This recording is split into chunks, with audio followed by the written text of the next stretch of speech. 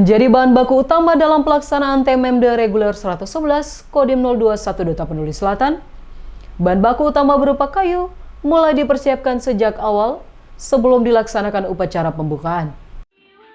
Kayu sebagai bahan pembangunan jembatan dan musola dalam pelaksanaan TNI Manunggal membangun desa reguler 111 tahun anggaran 2021 yang salah satunya difokuskan di Desa Sihom, Tapanuli Selatan, sudah dipersiapkan sebelum pembukaan TMMD. Sersan Mayor Eko, anggota Kodim 0212 Tapanuli Selatan, yang diberi tugas dan tanggung jawab dalam pengadaan kayu, segera mencari kayu yang diperlukan di toko kayu. Pembelian kayu yang dibeli sejak awal ini bertujuan agar di saat pengerjaan nanti, bahan sudah tersedia di lokasi. Karena antara toko kayu dengan lokasi jaraknya sangat jauh dengan perjalanan 3 jam.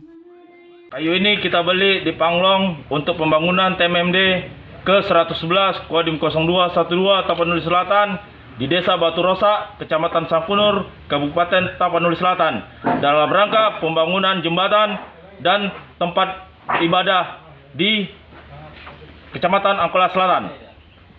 Ya, berapa banyak Pak kayunya Pak yang diambil untuk pembuatan jembatan ini Pak? Untuk jembatan kita buat 4,5 kubik, sedangkan untuk tempat ibadah 2 kubik.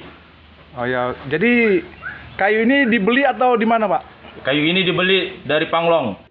Setelah kayu dibeli, anggota Kodim 0212 Tapsel dengan cekatan mengusungnya dan memasukkan ke dalam truk untuk didrop ke lokasi pengerjaan sehingga di saat pembukaan TMMD, bahan tersebut langsung dapat digunakan.